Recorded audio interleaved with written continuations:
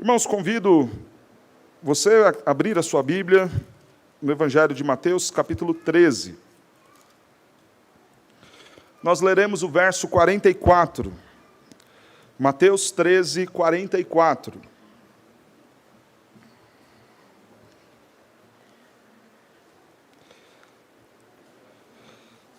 O reino dos céus é um tesouro oculto para os ímpios, revelado para os eleitos, mais valioso do que qualquer outro bem. Esta é a proposição da nossa exposição nesta noite. O reino dos céus é oculto para os ímpios, é revelado para os eleitos, é mais valioso do que qualquer outro bem. Com estas três divisões, nós faremos a exposição do Evangelho de Mateus, capítulo 13, verso 44. O reino dos céus é semelhante a um tesouro oculto no campo, o qual certo homem, tendo achado, escondeu. E transbordante de alegria, vende tudo o que tem e compra aquele campo. O Senhor Jesus, aqui no Evangelho de Mateus, no capítulo 13, tem dois momentos distintos. Um primeiro momento com toda uma multidão que está ao acompanhar. Um segundo momento mais reservado apenas para os seus discípulos mais próximos, aqueles a quem ele escolheu para dar continuidade no seu ministério de expansão do reino. No primeiro momento, com a multidão, 4 parábolas são apresentadas e essas parábolas estão ligadas ao crescimento do reino. É a parábola de uma semente lançada em vários solos distintos, em que cada solo representa um tipo de coração que recebe a semente que é a mensagem do Evangelho e frutificará ou não, pelos motivos apresentados na parábola do semeador que sai a semear. A segunda parábola do capítulo 13 é a parábola do trigo e do joio, onde o campo é este mundo que o Senhor criou, que lhe pertence, onde ele coloca aqui o seu trigo, os seus eleitos, mas que o inimigo, dado a distração dos obreiros do Senhor, também consegue colocar o joio, as ervas daninhas. E há uma promessa entre joio e trigo, que no último dia o Senhor separará os seus, cuidará dos seus, colherá os seus, e queimará estes que são os inimigos do Senhor, que são chamados aqui de joio. A explicação dessa parábola está no verso 36 a 43. A terceira parábola aqui do capítulo 13, contada ainda para as multidões, é a parábola do grão de mostarda. E o grão aqui representa o Evangelho. Você prega o Evangelho, talvez de forma despretensiosa, 4, 5 minutos conversando com alguém, talvez um pouco mais, e não consegue ter a imagem ou a dimensão de como aquilo vai resultar. Ilustrando isso, quando Charles Hodge estava em Princeton, pregando, talvez mais um dos seus sermões, não era um sermão evangelístico, não era um sermão avivalista, não era um sermão para não crentes, era um sermão dentro de um seminário. Ele prega, como qualquer professor de teologia pregaria, e ali está um jovem chamado Simonton, Ashbel Green Simonton, que ouve as palavras de Charles Hodge. E o seu coração arde pela obra missionária. E Simonton é tocado pelo Senhor para vir ao Brasil, pregar o Evangelho aqui. Veja como é o grão de mostarda. Eu tenho certeza que Hodge, naquela manhã, não saiu de casa pensando, vou impactar uma nação inteira. Se preparou ali, talvez, para atender aos seus alunos, mas a palavra do Senhor é como um grão de mostarda. Algo pequeno, num primeiro momento, mas que toma grande proporção. A quarta parábola contada, então, ainda mostrando essa ideia de crescimento e contada à multidão, está lá no verso 33 do capítulo 13, que compara o reino dos céus como o fermento. Uma pouca quantidade é colocada na massa e essa massa ganha corpo, cresce. Mais uma vez, a ideia do Evangelho, que é pregado e ganha grande proporção. No entanto, no momento em que nós estamos aqui, do capítulo 13, do verso 44 em diante, o Senhor Jesus está de forma reservada com os líderes da sua igreja, aqueles que irão continuar o seu ministério aqui na terra. E ele agora não vai mais falar do reino dos céus numa ideia de crescimento, mas as qualidades deste reino. Ele vai comparar este reino como um tesouro, o verso 44 que lemos, vai comparar este reino a uma pedra, a uma pérola preciosíssima, vai comparar este reino como uma grande pesca. Então essas são as 7 parábolas que nós temos aqui no capítulo 13 de Mateus, todas elas falando sobre o reino dos céus. As 4 primeiras parábolas mostrando a ideia de que o reino dos céus, ele cresce, ele é grande, ele toma proporções e dimensões que nós desconhecemos. O segundo momento, de forma reservada com os seus discípulos, o reino dos céus é precioso, tal qual um tesouro, é precioso como uma pérola, é precioso como uma grande pesca. E nós hoje vamos nos deter apenas a falar deste reino dos céus como sendo um tesouro. Ele é oculto para os ímpios, ele é revelado para os eleitos, ele é mais valioso do que qualquer outro bem. E Jesus propõe uma parábola, e as parábolas eram formas do Senhor ilustrar aquilo que ele queria ensinar. O Senhor Jesus não tinha nenhuma pretensão de ser tido como alguém muito eloquente, como um grande pensador, filósofo, um sábio como os demais eram vistos. Não, ele queria se fazer compreendido pelas pessoas. O grande objetivo de Jesus não era demonstrar qualquer excelência acadêmica. Ele queria falar e queria que as pessoas entendessem aquilo que ele estava falando. Por isso, sem dificuldade nenhuma, Jesus vai falar de exemplos simples como a pesca, como o campo, como as coisas típicas do dia a dia daquelas pessoas. E nós damos o nome para essas ilustrações usadas por Jesus de parábolas. Jesus, então, propõe uma parábola para mostrar o valor do reino dos céus. E a parábola de um homem que está ali no campo. Este campo não pertence a ele, porque mais adiante vai dizer que este homem vende tudo para comprar este campo. Então ele é um empregado, alguém que está trabalhando no campo. E em meio ao seu trabalho, em meio ao exercício do seu ofício, de repente, arando a terra, ele bate em algo que não é apenas terra. Ele escava e encontra ali um tesouro. Pode parecer, talvez, uma história, um conto impossível nos nossos dias, mas algo muito comum naquele contexto. Nós estamos falando de um mundo que não existiam bancos, que não existiam empresas de valores para administrar os seus bens, então é muito normal, era muito natural as pessoas esconderem os seus tesouros. Pastor, mas por que as pessoas não compravam propriedades? Nós estamos falando aqui de um momento também de grande expansão territorial de impérios, mais especificamente do Império Romano.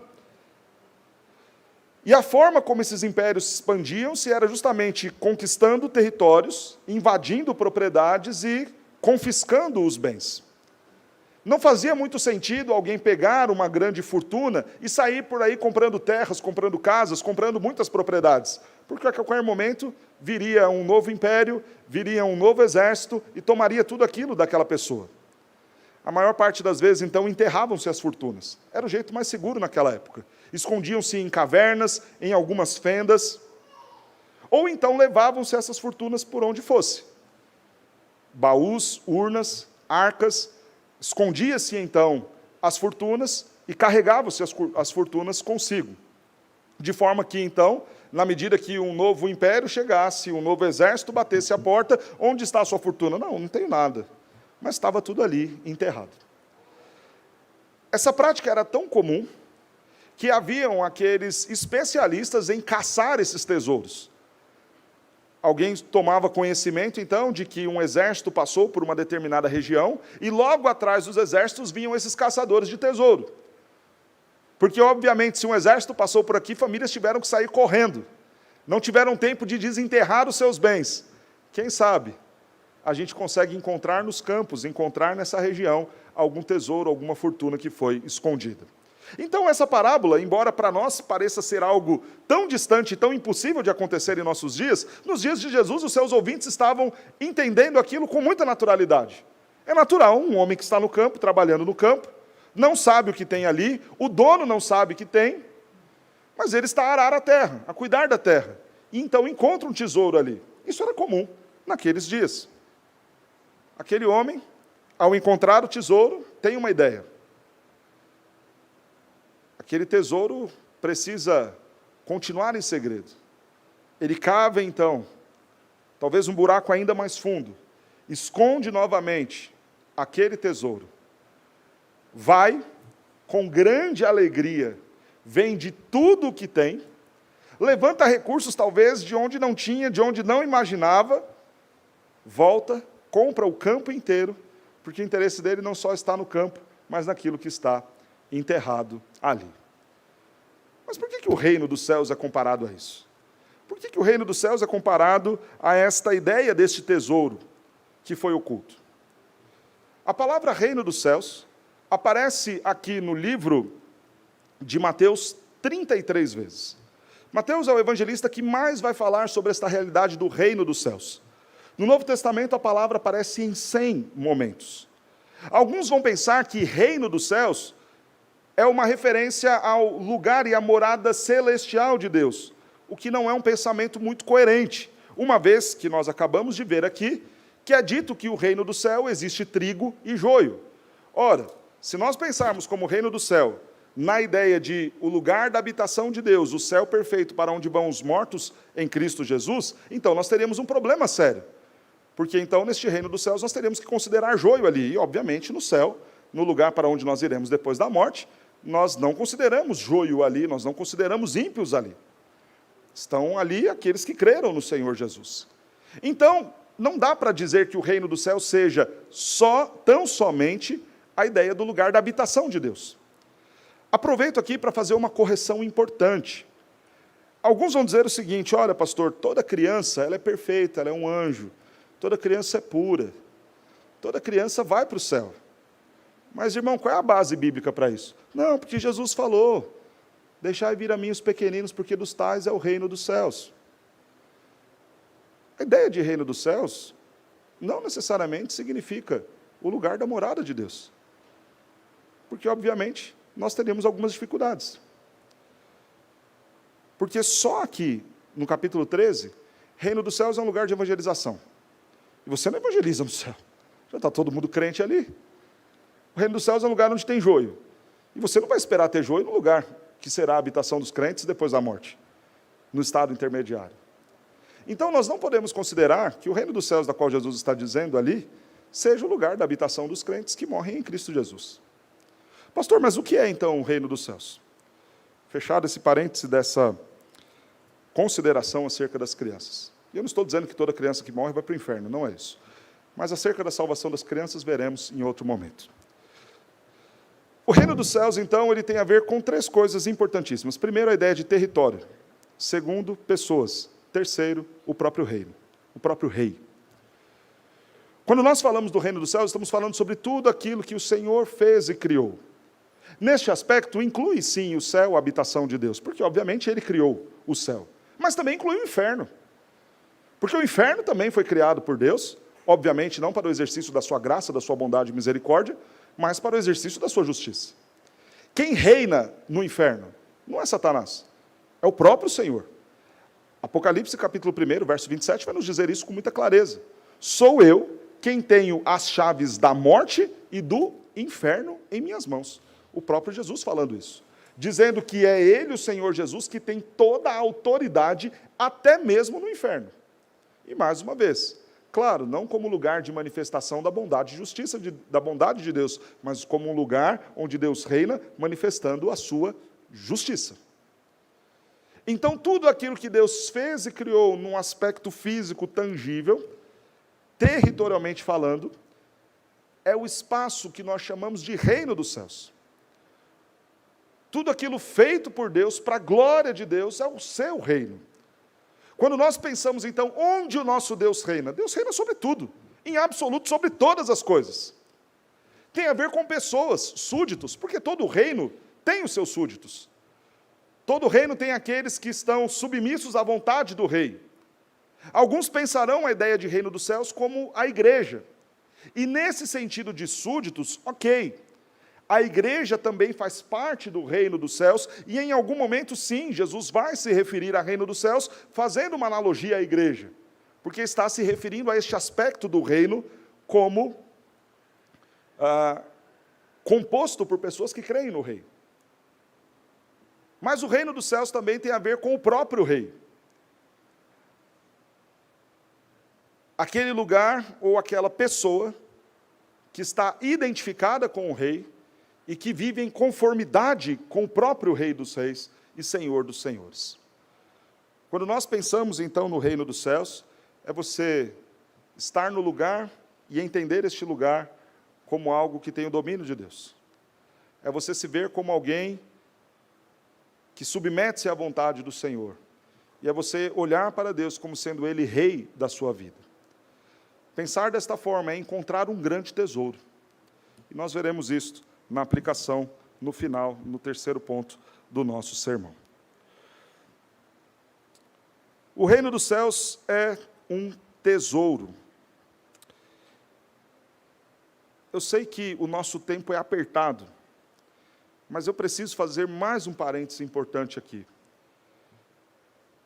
Porque nós estamos falando sobre tesouro, e é muito importante eu dar essa instrução enquanto pastor de vocês. E quero aproveitar esse momento para isso, e depois a gente volta para a exposição do texto. Na semana que passou, houve o sorteio da Mega Sena, um prêmio de centenas de milhões, que eu nem sei qual foi o valor final que foi sorteado. E me perguntaram, pastor, é errado o crente jogar na Mega Sena? Então, vou dar a resposta para isso nesse momento. Você que tem dúvida, se pode ir lá na loteria fazer aposta ou não. O problema de jogar lá na loteria não é de ilicitude, não é um jogo ilícito. Não é um jogo do bicho, não é um jogo de cassino que é proibido no nosso país, onde algo está sendo feito contrariando as leis humanas. O problema não é ser ilícito. Aliás, no nosso país é lícito, ninguém vai te prender. O que você estava fazendo? Estava na lotérica, então você vai ser preso. Não, isso não vai existir. É lícito, mas não nos convém. Todas as coisas, em alguma medida, podem nos ser lícitas, mas nem todas nos convêm. Eu quero dizer, então, que, embora não seja um problema de ilicitude, quebrar uma lei do nosso país, não convém ao cristão jogar. Eu quero deixar 4 motivos para você não jogar em nenhum jogo de aposta, de azar, de loteria. Tentarei ser o mais breve possível para que a gente retorne o quanto antes à exposição. Primeiro problema que torna inconveniente a ideia de jogar, problema da ociosidade. Por que você quer ganhar ou jogar? Porque eu cansei de trabalhar. Quero me aposentar, quero poder agora curtir a vida, pegar esses milhões aí e poder aproveitar os meus dias. Irmãos, a ociosidade é pecado. Não só a ociosidade fruto de uma fortuna que você ganhou no jogo. A ociosidade a partir de investimentos que você fez e ganhou, a partir de aluguéis que você tem. Não é errado ganhar dinheiro. Toda pessoa competente na sua função vai conseguir ter sucesso, inclusive sucesso financeiro. O problema é o ócio, a ociosidade.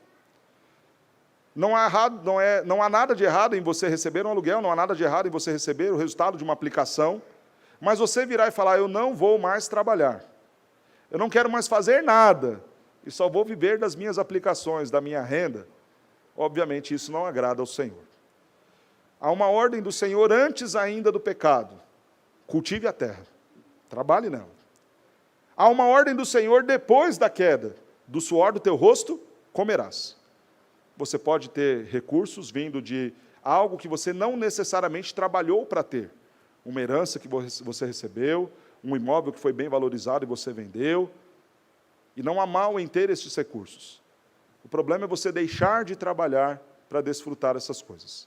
Claro, obviamente, que nós não estamos falando aqui de uma pessoa de idade avançada que vai desfrutar da sua aposentadoria. Obviamente, essa pessoa não tem mais condição de entregar 44 horas semanais de um trabalho pesado. Mas ainda esta pessoa deve trabalhar em alguma coisa, de algum jeito, enquanto a saúde lhe for possível. Primeiro problema, então, do que não convém jogar, a ociosidade. Você vai ser tentado a parar de trabalhar. Segundo problema, a avareza. E Colossenses capítulo 3, verso 5, vai nos dizer que a avareza é também idolatria, amor ao dinheiro. Então o Senhor nos dá o pão de cada dia, o Senhor nos dá a ordem de comer a partir deste trabalho que nós vamos desenvolver, mas nós amamos muito o dinheiro. E não nos contentamos com aquilo que o Senhor nos dá hoje. É uma ingratidão para com o Senhor. Senhor, eu não estou satisfeito com aquilo que o Senhor me dá, da maneira pela qual o Senhor me mandou conquistar e ter. Então eu preciso satisfazer um ídolo. E esta avareza, este desejo, esta ambição é algo pecaminoso. Este desejo por estas centenas de milhões é algo pecaminoso. O terceiro motivo que faz com que jogar seja algo não conveniente, embora não seja ilícito, o problema da ostentação, de uma vida onde falta a simplicidade. Quando nós olhamos o pensamento da reforma protestante em relação aos recursos, 3 pilares eram considerados importantíssimos: trabalho, poupança e frugalidade. Isso deveria nortear a ética financeira de qualquer cristão. Você deve trabalhar e se empenhar para ser o melhor profissional. Você deve gastar com consciência os seus recursos e poupar. Não poupar para fazer fortunas, mas aquilo que é chamado por Calvino de uma poupança responsável. Então, eu sei que um dia o meu vigor físico vai acabar, eu sei que as condições econômicas de qualquer país é instável, então eu poupo responsavelmente, e não poupando simplesmente para ter fortunas, mas pela responsabilidade que nós temos do sustento com o nosso lar. E o terceiro pilar importantíssimo da ética ligada aos recursos, a questão da frugalidade, e esse é o ponto que talvez nós tenhamos mais dificuldade: a vida simples. A vida sem ostentação, sem muitos carros, muitas fazendas, muitos jatinhos, muitos milhões. Nós não precisamos de nada disso. Contente-se com pouco, tenha uma vida simples. A riqueza era interpretada pelos reformadores como a oportunidade que Deus dá a nós para nós cuidarmos daqueles que precisam mais. Não estamos falando de uma visão socialista, de igualdade, onde aquele que trabalha ou que não trabalha terão as mesmas coisas. Mas de você olhar para alguém que, dadas as circunstâncias da vida, mesmo sendo este honesto e trabalhador, precisa e padece, e você prontamente olhar as suas riquezas e falar: Deus me abençoou para que eu possa abençoar outros. O nome disso é frugalidade. Eu vou ter uma vida simples, para que a minha simplicidade gere mais oportunidades para que eu abençoe a outros. Eu não preciso de viagens caras, eu não preciso de carros caros, eu não preciso de roupas caras, eu não preciso de comidas caras, restaurantes caros. Eu posso ter uma vida simples e colocar os meus recursos para servir ao Senhor. Então, nós chegamos ao último motivo pelo qual não nos convém jogar. O problema da incredulidade. Falta em mim a confiança de que eu serei feliz e sustentado pelo Senhor, se eu optar em viver da forma como Ele determinou para mim. O Senhor mandou eu trabalhar e comer do suor do meu rosto, do resultado do meu trabalho. Então eu vou descansar no Senhor, que absolutamente nada me faltará, que eu terei e serei feliz, sem precisar do prêmio de loteria, seja de R$1 ou seja de milhões de reais, pelo simples fato de que eu tenho um Deus que cumpre as suas promessas, que me mandou trabalhar e me disse que se eu trabalhar, eu vou comer e eu serei sustentado por Ele. Pensar diferente disso é demonstrar a nossa incredulidade. Ah, Senhor, o Senhor até fala isso na Tua palavra, mas como eu não acredito muito, eu prefiro me garantir aqui desse lado com a Mega Sena. Cuidado com isso. Seu coração pode esconder uma série de muitos problemas em suas ações. Fecho mais esse parênteses e retorno ao texto. O reino dos céus, então, é semelhante a um tesouro, muito melhor do que a Mega Sena acumulada da virada. O reino dos céus é um tesouro oculto para os ímpios. O texto vai nos dizer, lá em Mateus 13:44, que o reino dos céus é semelhante a um tesouro oculto no campo. O reino do Senhor está aí, nós falamos que é tudo aquilo que Ele fez, as pessoas que Ele chamou, e as características do próprio rei sendo manifestadas na criação e reveladas na Escritura. Todos enxergam as coisas criadas por Deus desta forma como sendo pertencentes a Ele? Não. Qual deve ser a forma como o cristão deve olhar para tudo aquilo que está ao seu redor? Não é qualquer floresta, é a floresta que pertence ao Senhor, e que por pertencer ao Senhor eu devo cuidar dela. Eu não cuido da floresta porque é a mãe natureza, Porque se eu não cuidar, o mundo vai acabar em 50 anos? Não. Eu cuido da floresta porque eu entendo, aquilo é criação de Deus. Reflete a glória de Deus. Em alguma medida exige de mim os cuidados necessários com o ambiente, com o habitat em que eu vivo. Porque a criação pertencente ao Senhor, faz parte do reino do Senhor, da qual Ele deu a ordem a mim que cultive e cuide dessas coisas. Agora, a floresta está aí. Todos a enxergam da mesma forma? Não. Mas enxergar a floresta desse jeito é um grande tesouro.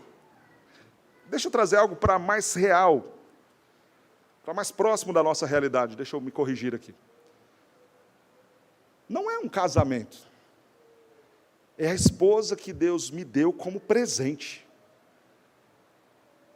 Ela pertence ao Senhor. Ela foi criada pelo Senhor. Escolhida pelo Senhor para ser dela antes da fundação do mundo.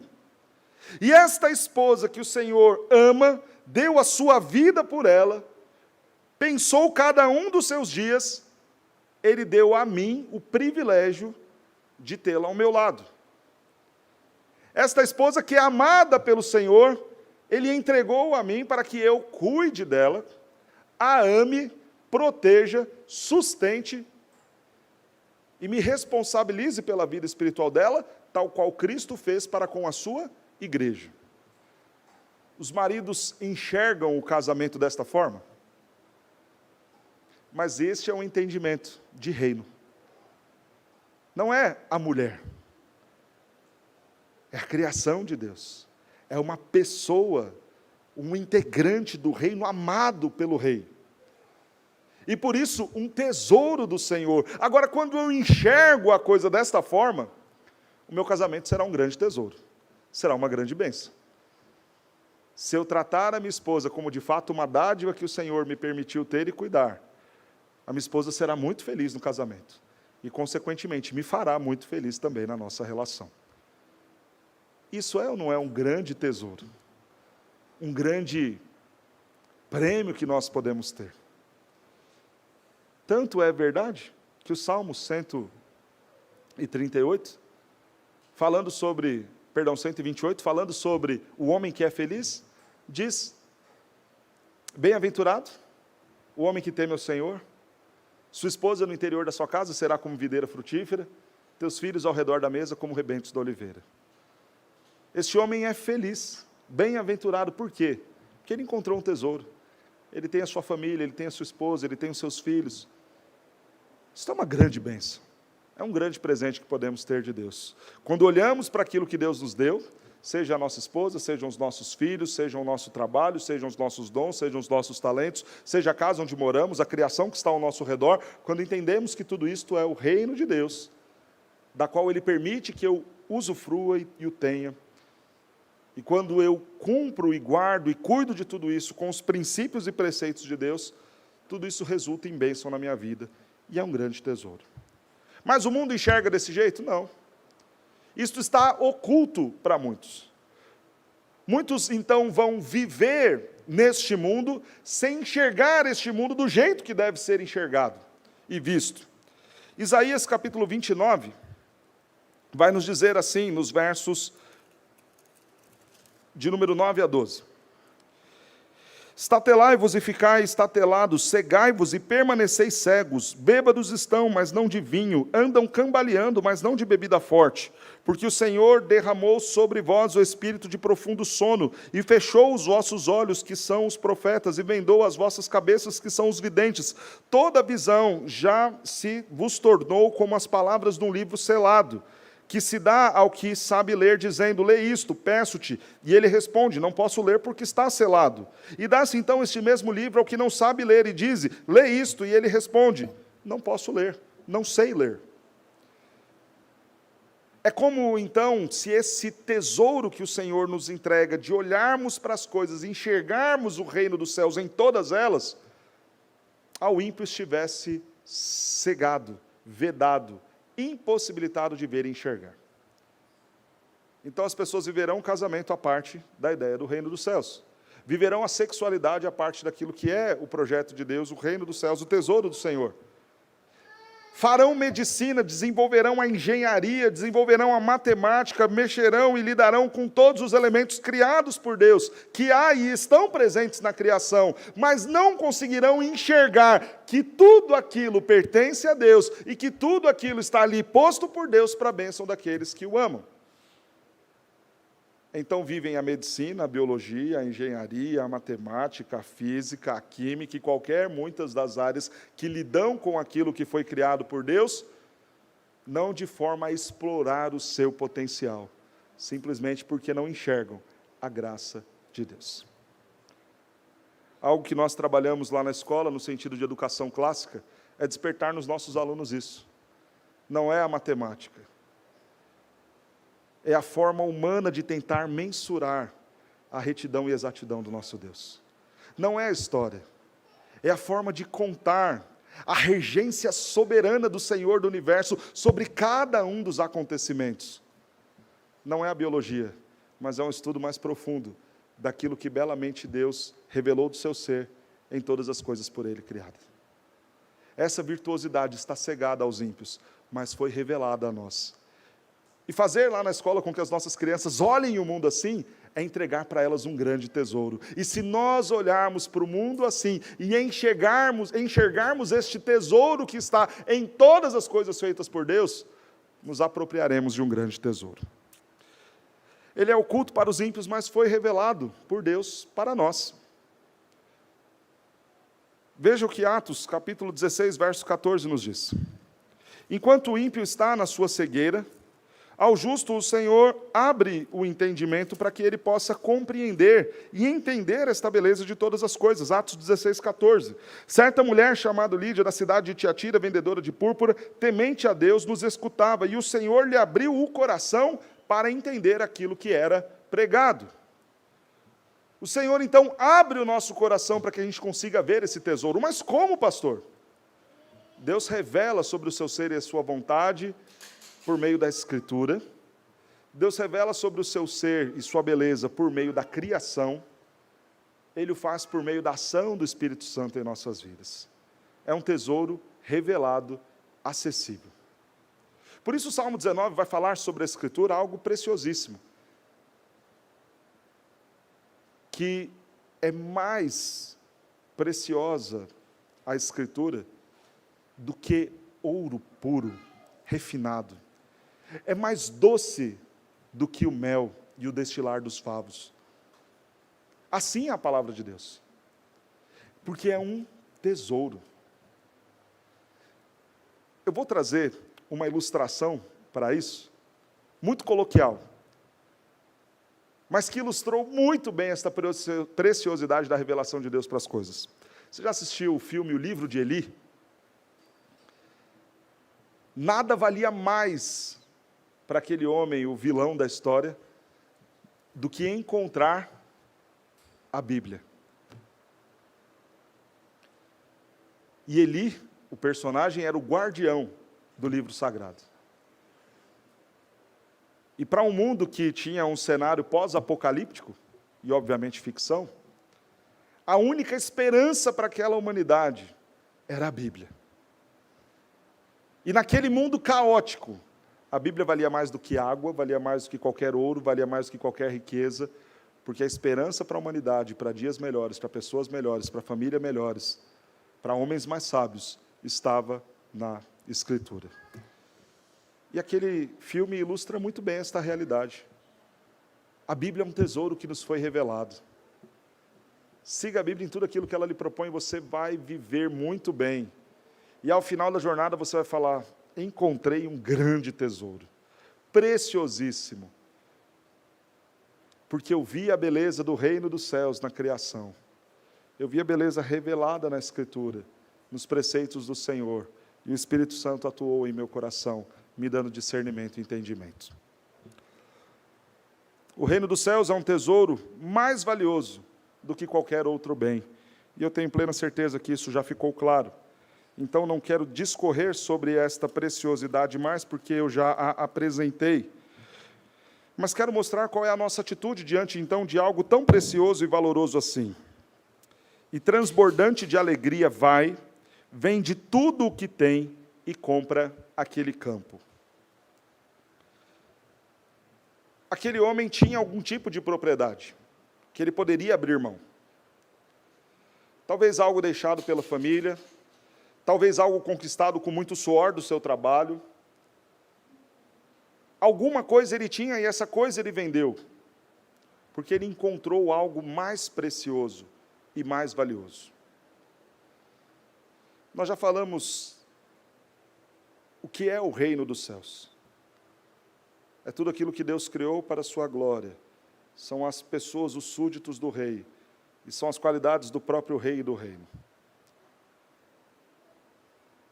Encontrar estas coisas e viver estas coisas, enxergar o mundo criado pertencente ao rei e se valer das preciosidades, dos preceitos do rei como súditos do rei, é o tesouro que nós temos. E agora eu quero trazer a aplicação. O que nós estamos dispostos a abrir mão para nos valer desse tesouro maior? Porque é isso agora que Jesus quer tratar com os seus discípulos. De forma mais reservada, agora Jesus não está falando com a multidão, ele está falando com os seus líderes, com seus liderados. O que ele está dizendo é o seguinte: vocês têm a preciosidade da presença do rei com vocês, dos ensinos do rei com vocês, de olhar agora para todo este mundo como a criação do rei, e para todas essas pessoas como súditos do rei, que serão entregues para que vocês cuidem delas. Vocês estão dispostos a renunciar à vida de vocês por este tesouro maior? Era isso que Jesus estava propondo ao contar esta parábola. E como que é isso para as nossas vidas, pastor? Existe uma forma pecaminosa, caída, de tratar a criação, que em alguma medida se aproxima da verdade, mas justamente porque não foi revelado o entendimento e não é visto como propriedade do rei, não chega lá. Esta é uma realidade na medicina, esta é uma realidade na biologia, esta é uma realidade na psicologia, é uma realidade no direito, é uma realidade na matemática, na contabilidade, na engenharia. Homens tentaram traçar métodos, formas para lidar com estas ciências, mas estas ciências estão obscurecidas do entendimento de que elas pertencem ao rei e ao reino. E a proposta de Deus para a nossa vida profissional é o seguinte: o quanto você está disposto a abrir mão, profissionalmente falando, daquilo que fugiu da verdade e fugiu dos propósitos do reino dentro da sua profissão, para viver e experimentar este tesouro.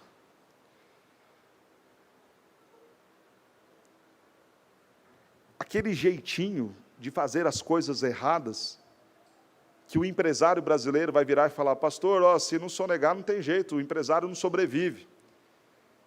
Aquele jeitinho errado de dar uma ajustada melhor nos relatórios da empresa para conseguir ter algum êxito, para encobrir algum pecado, alguma falha, que talvez você pense: mas esse é o jeitinho das coisas andarem, sempre foi assim, sempre foi desta forma. A proposta de Jesus é: abra mão disso que lhe parece um tesouro indispensável, renuncie a isto, e opte por viver uma vida profissional que glorifica a Deus, acreditando que esse é um tesouro melhor. Para aqueles que pensam que o sexo bom é aquele vivido e desejado como um tesouro pelo mundo, sem compromisso, onde o prazer é o único propósito e objetivo, onde o grande tesouro da vida sexual é você ter muito, de muitas formas diferentes e com muitas pessoas diferentes. A proposta do rei é o seguinte: que tal olhar para a vida sexual de outra forma?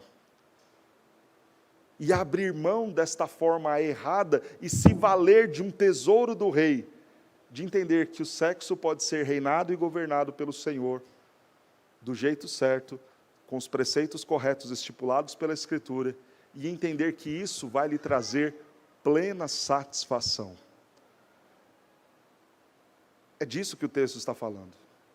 Há um jeito da vida dos que estão debaixo do reino dos céus. E nós devemos entender isso como um tesouro. Eu não consigo entender por que sua vida vai tão bem e por que a minha vida está uma bagunça danada. É porque eu conheço um tesouro. Esse tesouro são os preceitos do Senhor, é viver na submissão do Rei. Começa a acertar a sua vida. Começa a abrir mão do jeito que este mundo vive, com aquilo que é precioso e entesourado por este mundo, para adquirir um reino maior, um tesouro maior, na vida profissional, na vida sexual, na vida sentimental, na vida acadêmica, na vida financeira. Há uma forma toda errada que as pessoas entendem ser muito valiosas. É o valor de uma sexualidade desenfreada, é o valor de uma vida de consumismo, onde a ideia de realização e prazer está em ter, ter e ter. É o valor e o tesouro, talvez, de carreiras bem-sucedidas por meios pragmáticos e muito questionáveis. Tudo isso são os tesouros deste mundo. E a proposta é alguém que vai com alegria, porque esta foi a postura deste homem, com alegria, vender todas essas coisas e dizer, todas elas são menores. O jeitinho brasileiro no trabalho, a vida sexual de qualquer jeito, o casamento onde o importante é eu ser feliz, o gato da luz, da internet, as apostas nos jogos da loteria, tudo isso são as formas valiosas que o mundo enxerga como sendo possíveis para que a gente viva bem. Mas eu renuncio todas essas formas, porque eu acredito ter encontrado uma forma melhor. A forma onde eu faço parte do reino, a forma onde Deus é o rei na minha vida e me entrega os seus preceitos. O reino de Deus é mais valioso do que qualquer outro reino. Que seja o Senhor Jesus a reinar em sua vida, em nome do Senhor Jesus. Eu quero encerrar o meu sermão falando que Cristo Jesus foi tentado por Satanás. E Satanás tentou a Jesus dentro das coisas deste mundo. Tentou Jesus primeiro pela questão da satisfação. E aí, Jesus, qual que é a sua vontade nesse momento? É fome que você está sentindo? Transforma a pedra em pão e come. Jesus fala, não. O reino não é satisfazer a minha vontade, porque nem só de pão viverá o homem. Então faz o seguinte, sobe aqui comigo, no topo da cidade, e eu vou te mostrar todas as coisas. Quer possuir todas elas? Jesus, curve-se diante de mim. Não. Não é este o tesouro que eu tenho para mim. Nosso Senhor Jesus entendeu muito bem quem reinava sobre a sua vida. O Pai reina. O Pai era o rei sobre Cristo. E Jesus entendeu isso perfeitamente. O meu tesouro está em cumprir e fazer a vontade do meu Pai. Por isso ele foi obediente até a morte, e morte de cruz. E por isso o Pai o exaltou, o coroou e lhe deu o nome que está acima de todo nome. O convite de Jesus é que ele venha ser o rei da sua vida. E sabe por que ele pode ser o rei da sua vida? Porque nada deste mundo, nenhuma pessoa deste mundo, porque nada que Satanás oferece, nem o próprio Satanás, demonstra amor por você que Cristo demonstrou. Porque aquele amigo que oferece a bebida, que oferece a droga, aquele sexo fácil com um colega do trabalho, tudo isso não são demonstrações nem de tesouros, nem de amor. Mas aquilo que Cristo fez na cruz por nós, é a grande demonstração do amor dele por nós. Ele deve ser o seu rei porque ele te amou. Porque ele é um rei que ama. Ele é um rei que comprou a sua vida com preço caríssimo, com o seu sangue. Ele é o rei que tem decretos e planos para você que são bons, que são verdadeiros tesouros, que se você abraçar e seguir, vai te fazer muito feliz. Jesus quer ser rei sobre a sua vida e sobre o seu coração. E o convite dele a você é: abre espaço no trono que está aí dentro do seu coração, para que nele eu possa sentar e para que eu possa governar todos os seus dias e a sua vida. Que esta seja uma realidade para cada um de nós, em nome de Jesus.